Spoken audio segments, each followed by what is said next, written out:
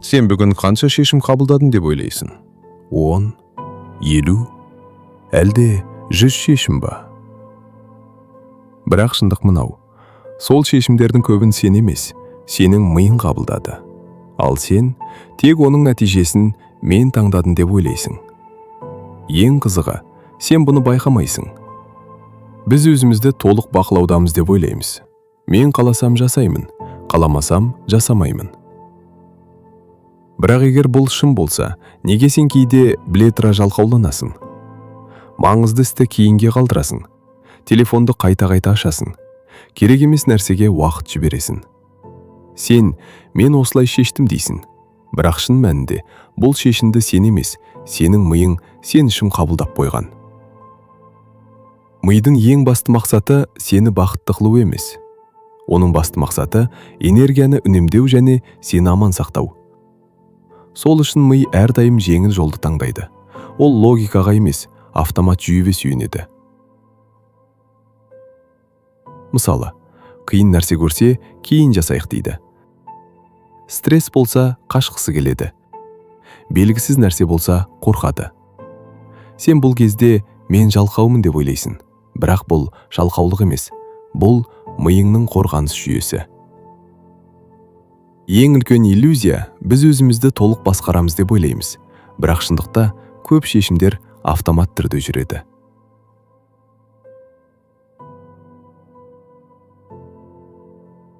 Сен телефонды ашқанда ойланып барып аштың деп ойлайсың.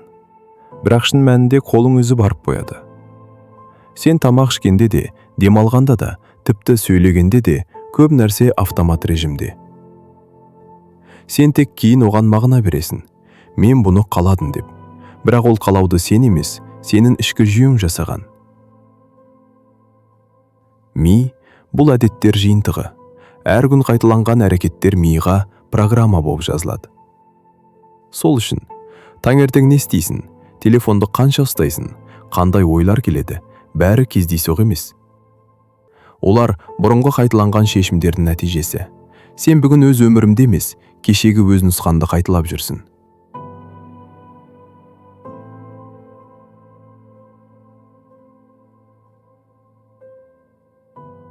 Қызығы, сен өз ойыңның бәрі өз ойым деп сенесің.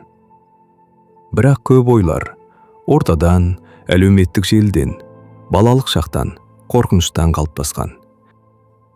Кейбір ойлар саған тиесілі емес, бірақ сен оларды мен осындай адамын деп қабылдайсың. Бір рет сәтсіздік көрген адам менде талант жоқ дей бастайды. Бірақ бұл факт емес. Бұл ми жасаған қорғаныс.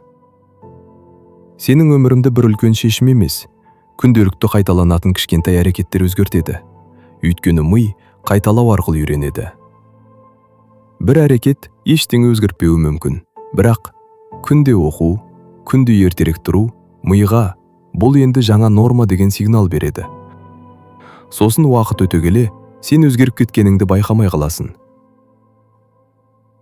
Мүмкін сен өзіңді әлсіз деп ойлайтын шығарсың.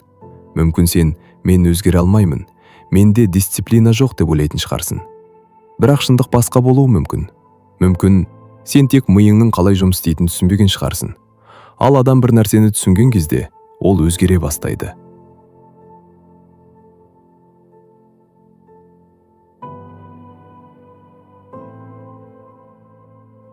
Бірақ бұл жерде маңызды нәрсе бар. Егер ми автомат болса, оны қайта бағдарламалауға болады. Яғни сен жаңа әдет жасайсың, жаңа реакция үйренесің, жаңа ой жүйесін құрасың. Басында қиын болады, өйткені ми өзгерісті ұнатпайды. Ол ескі таныс нәрсені қалайды. Бірақ егер сен оны қайталасаң, ол жаңа автомат режимге айналады. Сен миыңды тоқтата алмайсың, бірақ сен оны бақылауды үйрене аласың. Бір сәтке тоқтап, мен қазір неге бұны істегім келіп тұр, деп сұрау бұл кішкентай нәрсе сияқты көрінеді. Бірақ дәл осы жерде сен автомат жүйеден шыға бастайсың.